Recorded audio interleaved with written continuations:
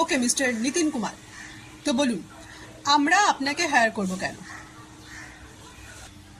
কেন আপনাদের কোম্পানিকে হায়ার করছে না? আমি কি ভুল জায়গায় চলে এলাম নাকি? না না না না, আপনি একদম ঠিক জায়গাতেই এসেছেন। হায়ারিং তো এখানেই হচ্ছে। তাহলে আপনাদের এখানে হায়ারিং হচ্ছে আর আপনি জানেন না যে আপনি আমাকে কেন হায়ার করবেন? না না, মানে আমি বলতে চাইছি যে আমরা আপনাকে হায়ারিং করব কেন। Because I need a job and you need an employee. তাই তো, এমপ্লয়ি চাই তো আপনার।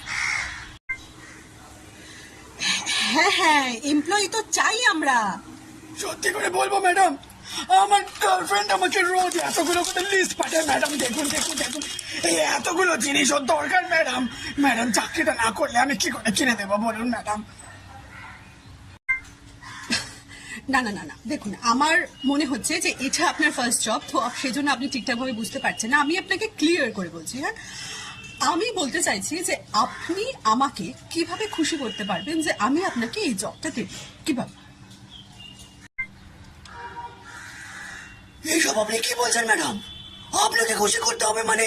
এ বাবা, না না না ম্যাডাম, আমি একদম ওই রকম ছেলে নই ম্যাডাম। আমি আমার গার্লফ্রেন্ডকে নিয়ে করবেন